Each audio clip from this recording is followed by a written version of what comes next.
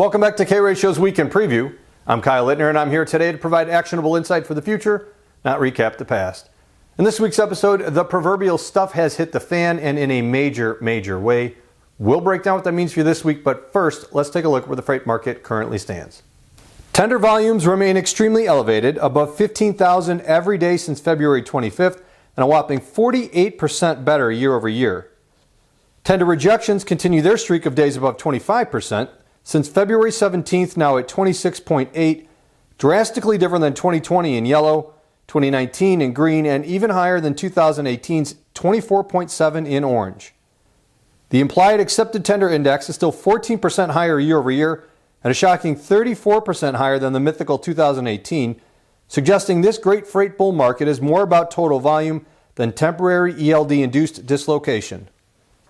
That combination of load demand against our inelastic supply of trucks is the reason for a 21-cent jump in truck stop spot rates to a new all-time high of $3.32 a mile.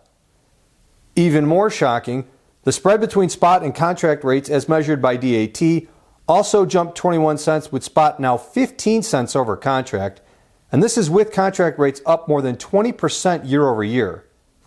Even worse for shippers, reefer spot rates have moved to 30 cents beyond contract after closing February at only a 4-cent premium. No matter how you want to look at it, there's just not enough trucks in the right places at the right times for the current level of demand, both dry and refrigerated. This recent surge in spot rates was brought on by the dislocations to capacity caused by the Texas weather, but as we've been noting here lately, the ripple effects felt throughout the entire country shortly thereafter are part of a much larger, longer problem. Since we don't have enough trucks to meet current load demand, any significant disruption to the domestic supply chain creates residual effects that spread throughout the country like waves. Issue 1 was Dallas. Issue 2 were the major markets forced to pick up lost distribution volume like Chicago and Harrisburg. Issue 3 are the markets that lose out on capacity to serve those other major markets, and now we have a major nationwide issue. One quick peek at rejections for major backhaul markets like Seattle in blue, Phoenix in purple, and Lakeland, Florida in green gives us everything we need to know.